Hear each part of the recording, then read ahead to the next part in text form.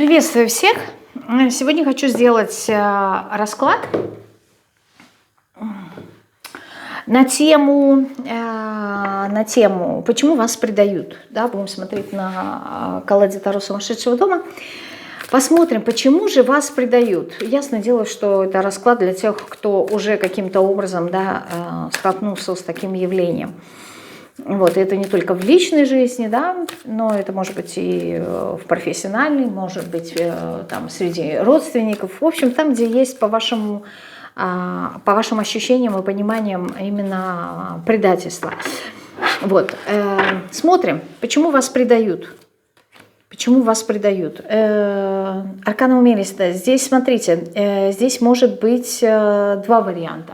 Я всегда читаю, знаете, как-то многогранно, потому что, однобоко не всегда получается, за исключением, если есть какая-то конкретная ситуация, вот она прямо описывается. То есть, с одной стороны, здесь может быть тот момент, что ваши эмоции, они как-то, знаете, вот поутихли, да, нету вот какой-то яркости, все так спокойно, все размеренно, вот, и я бы сказала, какая-то серая обыденность, да, и предательство здесь как раз-таки служит для того, чтобы вот вас каким-то образом пробудить, да, вызвать в вас хоть какие-то эмоции, потому что предательство прям очень яркое такое чувство, да, здесь, и оно такое в комплексе, да, там и боль, и агрессия, и, может быть, какая-то ненависть, и, с другой стороны, там чувство любви, то есть оно включает весь спектр переживаний, поэтому, с одной стороны, здесь может быть для того, чтобы вот вас включить в эту жизнь, да, потому что человек вот...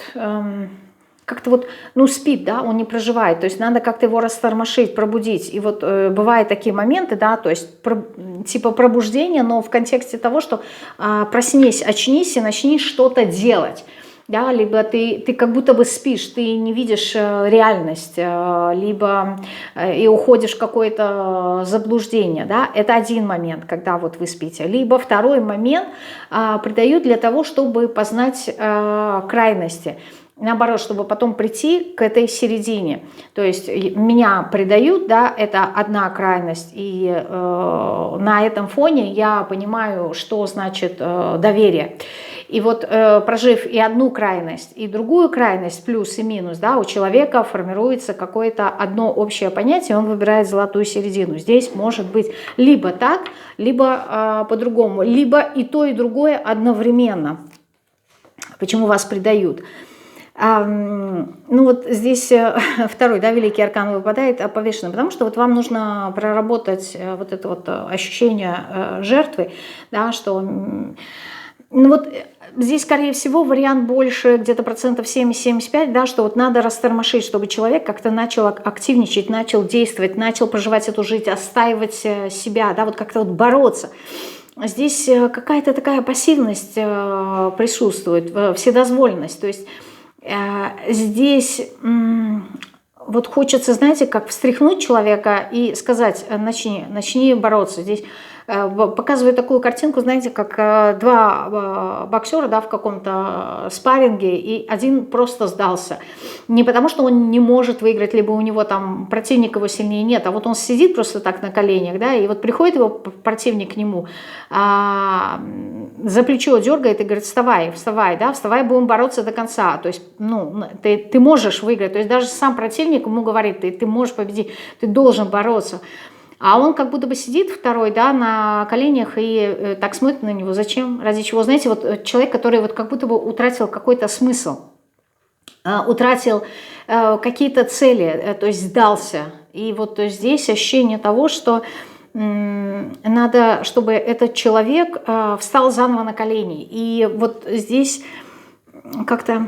Здесь нету цели предательства добить человека, да, сделать ему еще хуже, а наоборот, чтобы он начал реагировать, да, чтобы он не ощущал себя жертвой, чтобы вот он сам себе доказал, что нет, я могу по-другому. То есть, знаете, есть два варианта поддержки, да, есть одна категория людей, которым нравится, чтобы вот как-то им говорили, не знаю, там, ты слабак, у тебя ничего не получится, и тогда вот что-то просыпается в этом человеке, он говорит: нет, это не так, я тебе докажу, и начинает действовать, да, это вот один момент мотивации.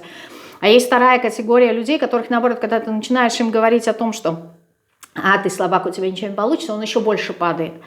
Вот здесь, и он вообще ничего не хочет делать, да, его это не мотивирует, такой вот формат. Вот здесь в раскладе первый формат, да, когда вот вас наоборот как будто бы бьют, чтобы вот вы увидели реально, что вы проснулись. Возможно, вы слишком мягкие, да, по аркану повешенного, возможно, вы слишком жертвенные, да, и вот ощущение того, что вы реальность не принимаете, вы ее как-то приукрашаете, вы ее как-то, не знаю, идеализируете, вы не видите вещи такими, какими они есть. Они не плохие, не хорошие, это вот просто констатация фактов, что вот люди иногда поступают вот так.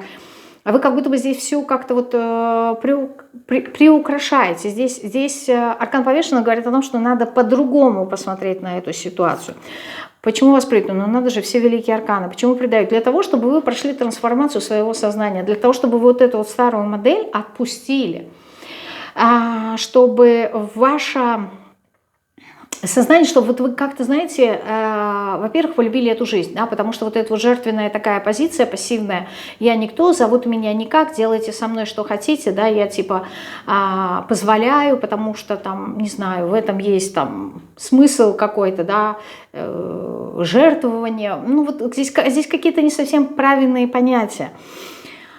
И однозначно они откуда-то взяты, да, может быть, там из детства, может быть, влияние, может быть, даже здесь какое-то, вот, я не знаю, влияние какого-то религиозного эгрегора, да, что там какая-то вот боль и страдания, это вот свойственно человеку. Вот здесь какая-то мишура, которая на вас влияет, вам это не нужно. И здесь речь идет о том, что нужно изменить свое сознание по-другому, посмотреть на ситуацию по-другому и начать мыслить, да, как, вот по жезлам, да. Во-первых, нужно включить интерес к жизни, здесь нужно научиться любить эту жизнь, хотеть жить. То есть здесь какая-то активность нужна. А у вас в сознании вот именно позиция иньская. Все должно быть в балансе, инь и янь. Здесь очень много иньской такой энергии, но она какая-то даже еще и искаженная. Почему? Потому что в иньской энергии, то есть вода, иньская энергия, да, это вода. Она, если видит преграды, она все равно эти преграды как-то обходит, то есть что-то делает. Она не просто стоит как болото, да, в нем все равно есть какое-то движение. Вот у вас в вашем сознании есть вот это вот болото. То есть те понятия, которые есть, они деструктивны для вас, и вот их нужно изменить. Нужно начать по-другому мыслить, позитивно, активно, включить любопытство, интерес, любознательность. Вот я говорю, здесь ощущение того, что вот вас нужно растормошить. И второй вопрос, что нужно изменить в себе, да, ну, мы уже начали говорить, давайте посмотрим, что вам нужно изменить в себе. Вам нужно быть более активным, да, человеком, по магу.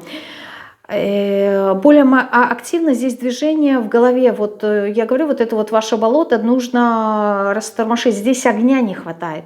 Что по жезлов, что аркан мага здесь говорит про огненность. Ну, возможно, да, кому-то действительно не хватает тепла, внимания. И, быть может, если здесь было предательство, я могу предположить, что человек, тот, который вас предал, либо ситуация, которая вас предала, она давала вам то внимание, которое вам необходимо. То есть была какая-то потребность, которая покрывалась. И вот вам нужно научиться эту потребность покрывать самостоятельно. Да? Вот это вот внимание, которое вам необходимо, вам не нужно его иметь извне, вам нужно внутри в себе зажечь огонь.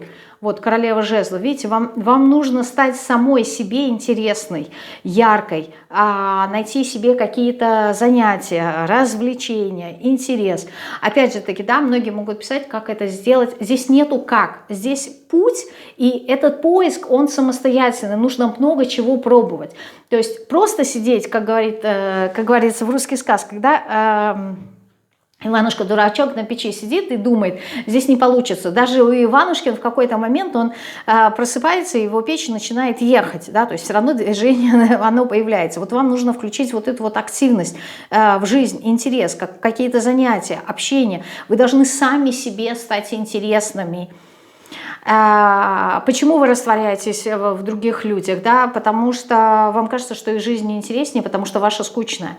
Поэтому сделайте свою жизнь очень интересной, наполните ее какими-то занятиями, наполните какими-то интересными встречами, действиями. То есть вам нужно себя включить как лампочку, чтобы вы горели, а не потухали. Вот какой-то такой расклад вышел.